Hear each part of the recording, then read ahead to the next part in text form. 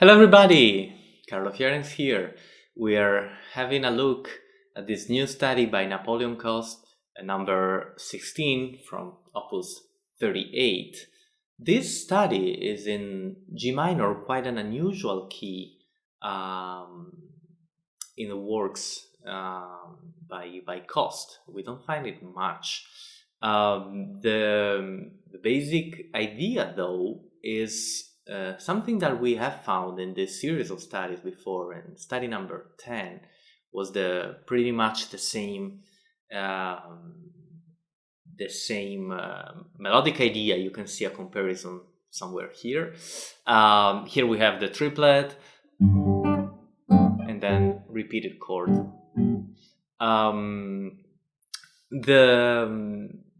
the key is G minor, and it doesn't move from there. The B section actually is mainly on a very, very long pedal on D,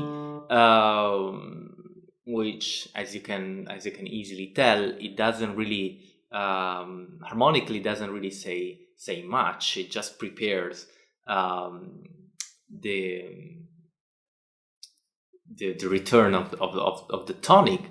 But before that, there is a C section that is introduced by a diminished chord, the seventh of the dominant, with this slur. So this is this chord, dissonant chord, which is then expanded into a scale and repeated twice, and then it leads to a newer idea, still on the pedal of D. This entire section will have this C section, just like the B section before, is on a pedal on D, and so then after this C section, it doesn't move back all the way to A, but it kind of moves backwards. So we have the B section again. So still on a pedal on D.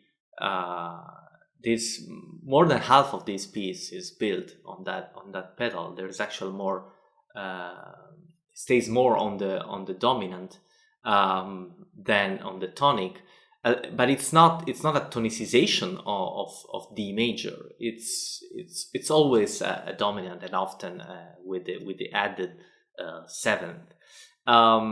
Then after this B section, the A section is finally repeated again, actually just used as a thematic idea for the coda. And at the end of the coda, very interesting here, there is a Picardy third, so the piece ends on G major instead of G minor. Also, this device is very, very rare in Coste. So we have D7, G minor, and then the final cadence, D major, G major. You have to be careful when you play these couple of chords. I mean, you can actually disregard this, but if you play on a modern guitar without the seventh string, the part writing becomes really awkward. It's impossible to avoid parallel movements.